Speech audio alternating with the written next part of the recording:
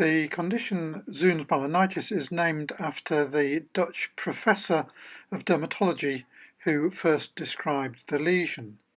It is an important diagnosis because clinically it resembles squamous cell carcinoma in situ or Bowen's disease.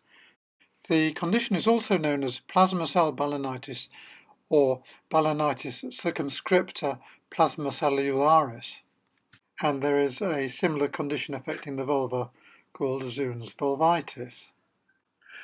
Zoon's Balanitis is a common condition and only occurs in uncircumcised men. It is not an infection and not a sexually transmitted disease. Zoon's is either asymptomatic or may cause itching and discomfort, and it affects the glands and or the inner aspect of the foreskin. Sometimes the lesions may be opposing, one on the glands and the other on the opposite side of the inside of the foreskin. And these lesions are sometimes called kissing lesions.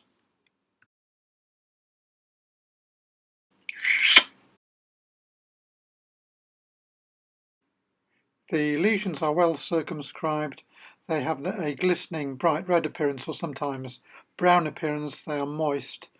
They are quite large, 2 centimeters or more across, and circumcision may be curative.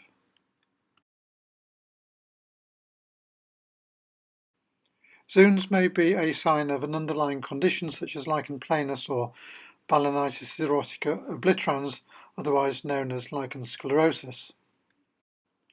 And the dead skin and other debris become trapped under the foreskin, resulting in an inflammatory response.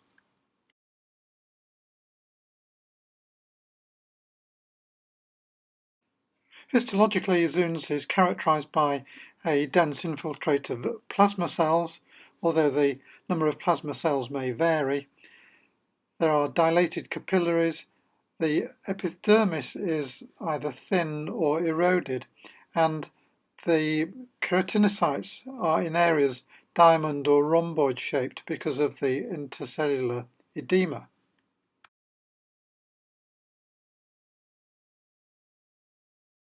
This is a biopsy of an area of Zoon's. The striking feature is the blueness of the subepidermal connective tissue, and this is because of the heavy plasmacytic infiltrate.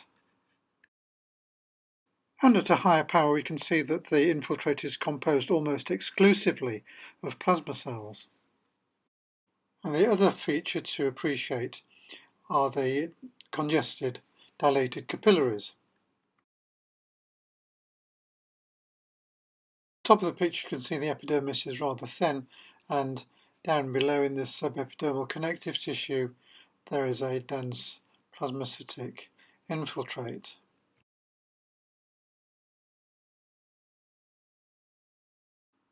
And at a high power, the keratinocytes are rhomboid or diamond shaped due to the intercellular oedema.